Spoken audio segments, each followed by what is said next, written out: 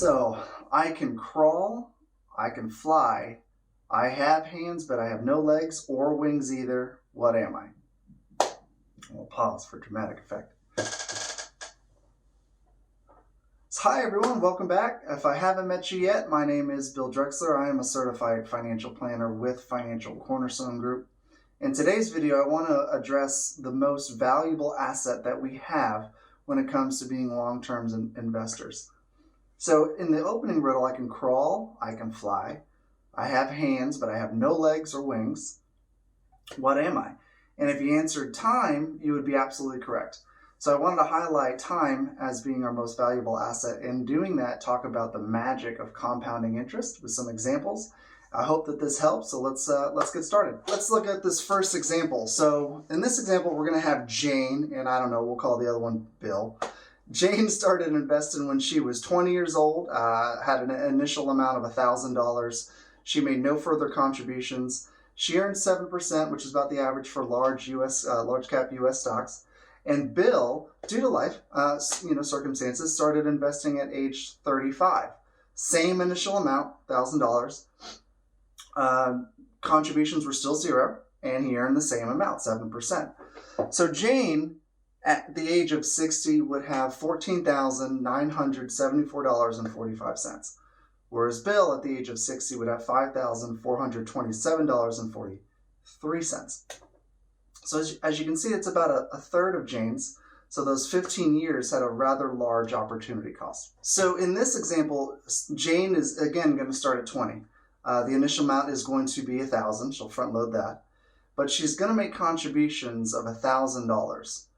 And she's going to earn the same amount. So the only difference is the $1,000 annual contribution that she's going to make over time. So at age 60, she's going to have $214,609.57. Bill is still going to start at 35, still going to have the initial amount of $1,000, but he's going to contribute $2,500 as opposed to her $1,000. And at age 60, he'll have $163,550.02. So as you can see, what it comes to is time. Having that money have more time to compound and to earn and grow on itself. So one last example, Erica. Erica is going to start at age 20. She's not going to put any down at all, but she is going to make contributions of $100 a month, which is $1,200 a year. She's going to earn the same amount, 7%. And at age 60, Erica is going to have $239,562. So when we're talking to our younger folks, it's imperative to get their financial house in order and set first, and to do what they can on a monthly basis the earlier, so that we can look at the magic of compounding interest. And I hope that this illustrated the power of compounding interest, as our money that we earn itself earns money, and it snowballs from there.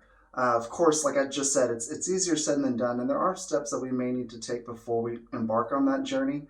We want to make sure our household cash flows and expenses are under control. There's no unaddressed high interest debt, a lack of an emergency fund. We might want to start there first.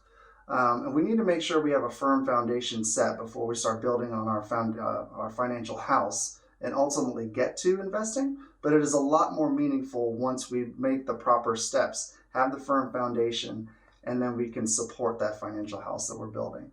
So I hope that this helped. Please like, subscribe, share, and remember to be good to yourself and others, and I'll see you next time. Have a great day.